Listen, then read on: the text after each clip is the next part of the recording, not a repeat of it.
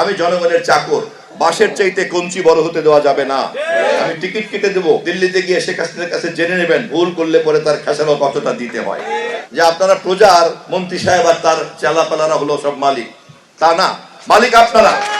আমি আপনাদের স্থানীয় জনগণকে আমি অনুরোধ করব, আপনারা দেশের মালিক, আমরা কেবল আপনাদের নির্বাচিত সেবক। আমাদের সঙ্গে এমন ভাবে প্রশ্রয় দিবেন না যে আপনারা প্রজার মন্ত্রী সাহেব আর তার চেলাপালারা হলো সব মালিক, তা না, মালিক আপনারা।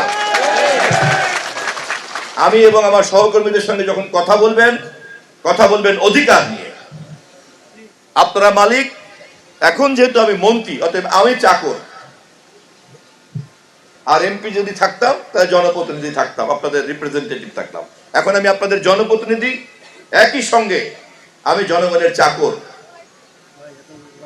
ওনারা যেমন জনগণের এই সরকারি ব্যাজ মনোগ্রাম বহন করেন, এই মনোগ্রাম বহন করেন, আমি যেহেতু চাকর জনগণের, আপনাদের চাকর, সেখানে আমাকেও কিন্তু এই মনোগ্রাম বহন করতে হয়। ফলে আমার সঙ্গে যখন কথা বলবেন তখন আপনাকে সেবা দেওয়ার জন্য আপনার নিয়োগপ্রাপ্ত চাকুরিজীবীর সঙ্গে যেভাবে কথা বলেন ওইভাবেই কথা বলবেন। আর আমার সঙ্গে যদি ওইভাবে কথা বলেন তাহলে আমার সহকর্মীদের সঙ্গে কিভাবে কথা বলবেন তা নিশ্চয়ই আপনারা বোঝেন। বাঁশের চাইতে কঞ্চি বড় হতে দেওয়া যাবে না। জনগণের মধ্যে আমাদের ভিত্তি আছে বলেই কিন্তু আমরা নির্বাচনে আজকে বিজয় লাভ করেছি। দেশের ইতিহাসে সবচেয়ে অবাধ নিরপেক্ষ নির্বাচনে বিজয় লাভ করেছি।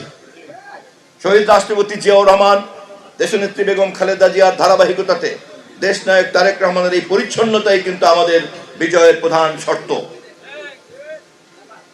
অন্যান্য শাসকের সঙ্গে জিয়া পরিবারের শাসনের এটাই কিন্তু পার্থক্য। এই পার্থক্য আমাদের প্রত্যেকটি কর্মীকে মাথায় রাখতে হবে। আমরা যদি জনগণের কাছে এই আস্থাকে ধরে রাখতে না পারি তাহলে তার পরিণতি কি হয় তা আমরা শেখ হাসিনার কাছ থেকে শিক্ষা নিতে পারি। যদি কারো কোনো জ্ঞানের অভাব থাকে, আমি টিকিট কেটে দেবো, দিল্লিতে গিয়ে শেখ হাসিনার কাছে জেনে নেবেন ভুল করলে পরে তার খেসারত কতটা দিতে হয়।